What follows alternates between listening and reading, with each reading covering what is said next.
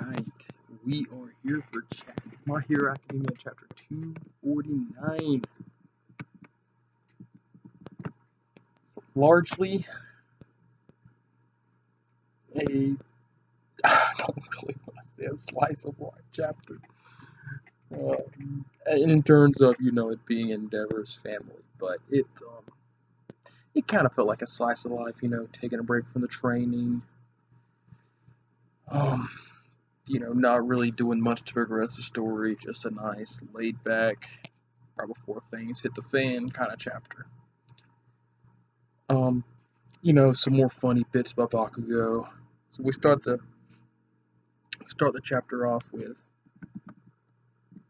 Endeavor saying that, basically thinking like it might be too late, but I still go to sleep every night thinking about what I can do for my family.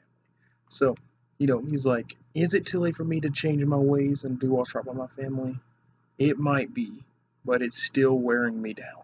And that is finally hitting home the full character development that we've been getting from Endeavor. We're finally getting to see it on display in the domestic side.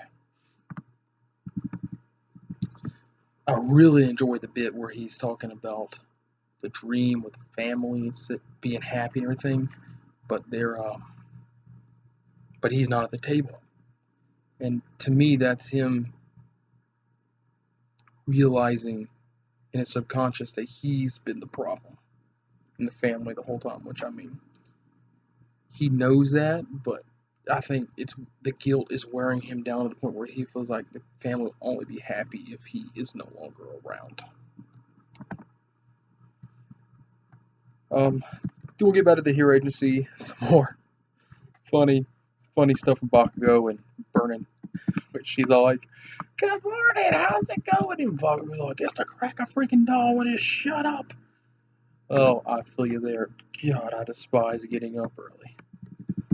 But, she asked him how they're getting on coming up to Endeavor, and Shoto says that they came close and they need to remember that feeling.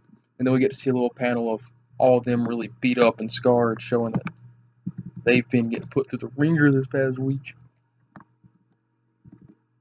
We get to see a couple of panels of it happening.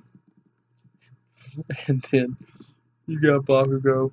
When they get close to Endeavor in one panel, he's all like, "You think he get tired of showing off by now?" But it's like, really, Bakugo? You saying that? I'm just loving this whole mini arc of all these things Bakugo says.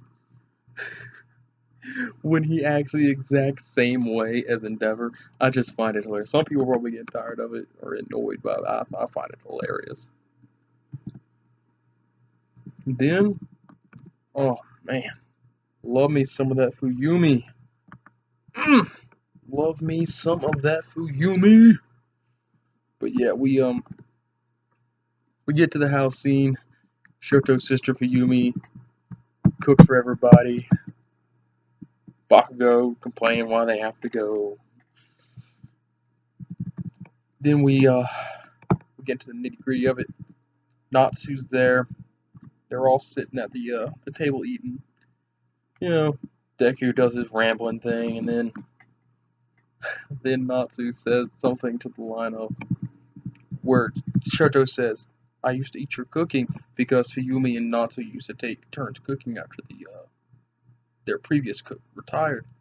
And then Natsu says, "Endeavor probably didn't let you eat it. It was, or maybe not, but it's my stuff's probably too rich, so Endeavor probably never let you eat it."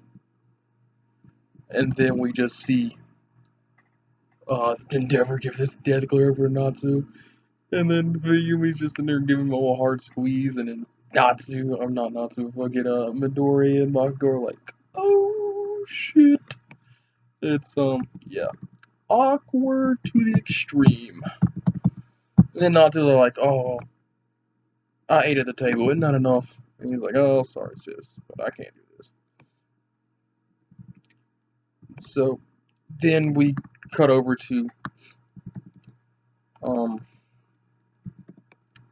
Todoroki and Fuyumi talking about what happened, and Shoto just keeps talking about how he can't decide if he can forgive the guy who wore his mom down and how he got his scar on his face and everything.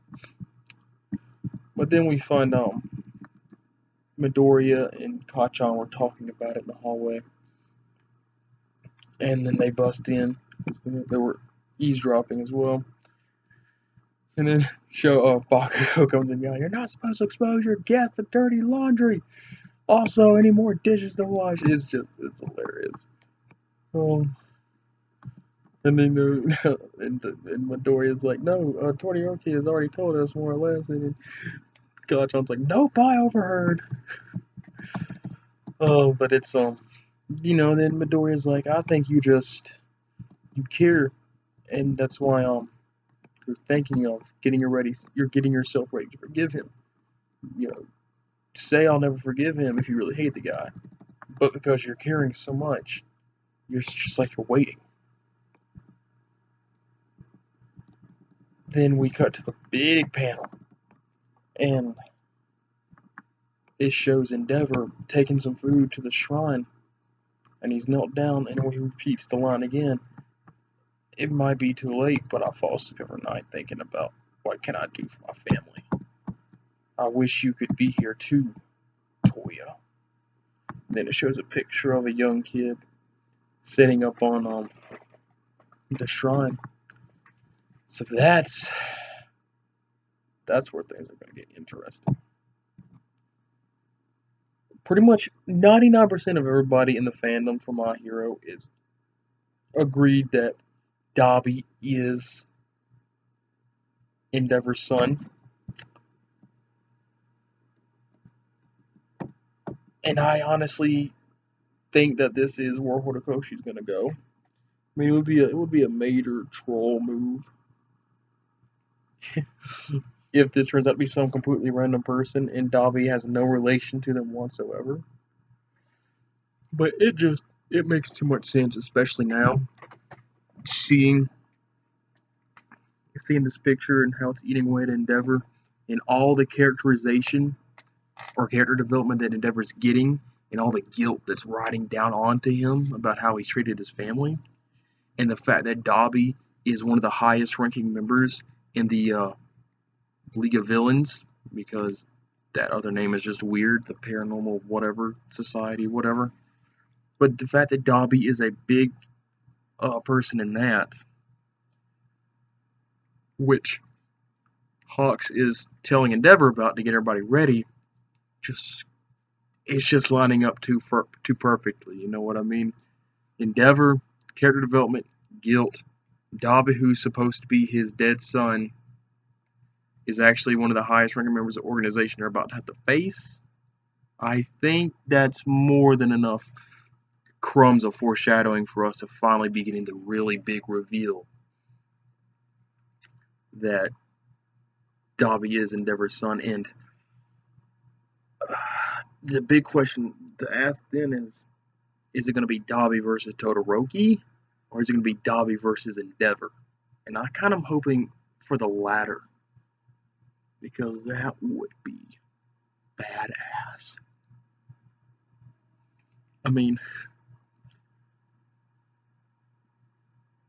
I'm assuming that Dabi and everybody else is going to have some kind of power up by then. And yeah, and it's really hard to say. I still don't feel like it's enough time for the students and everybody to get ready to face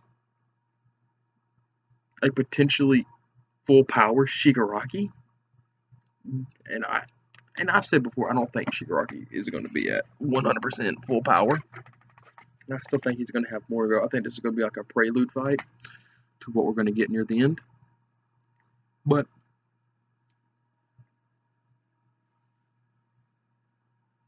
I still don't see Midoriya being able to tangle with Shigaraki at this point, unless he really starts to master Air Whip or that Black Whip thing, which would leave Endeavor and Hawks as the two to go after him. But I just feel like we're setting up for a Dabi versus Endeavor, which I mean, even with a power up, I think Endeavor would wipe the floor with Dabi. But I would find it interesting, if for nothing else, to get the backstory to what happened to Dabi. But yeah, that's all I got for this one. Just, simple chapter, some comedy, slice of life, followed by some awkward moments, and then a big reveal that Endeavor does indeed have a dead son, which it's Dabi.